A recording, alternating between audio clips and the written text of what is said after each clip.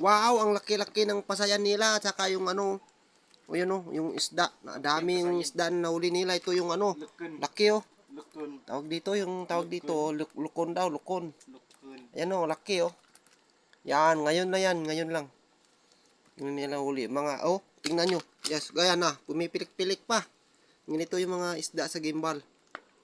Lalaki at masasarap kapag inuulam mo. Priska pa. Priska pa yan o, yun o, pumipilik-pilik pa yan. Tingnan nyo.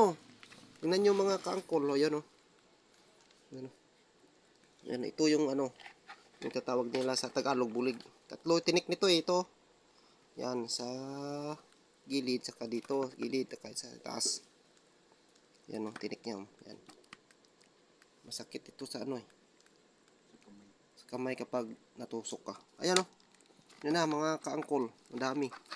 Huli nila, o yan o. Iba-ibang klaseng isda. Ito. Saka meron pa dito yung ano. Ayan o. Ayan. Pipilik-pilik pa yan. Ayan o, laki o. Naan.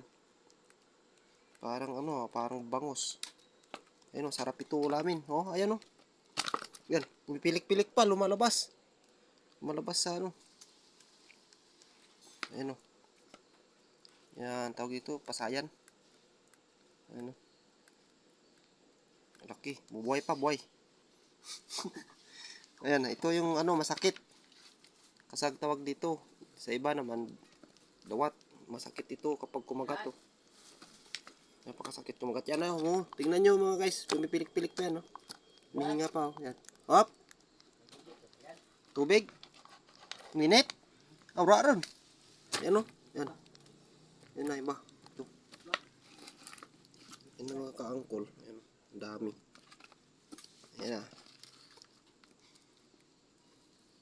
Kaka ba no? Tatambad. Ano taglikin nato daw? Ayan o. Buhay pa. Yan o. Yung ano. Kamay buhay pa.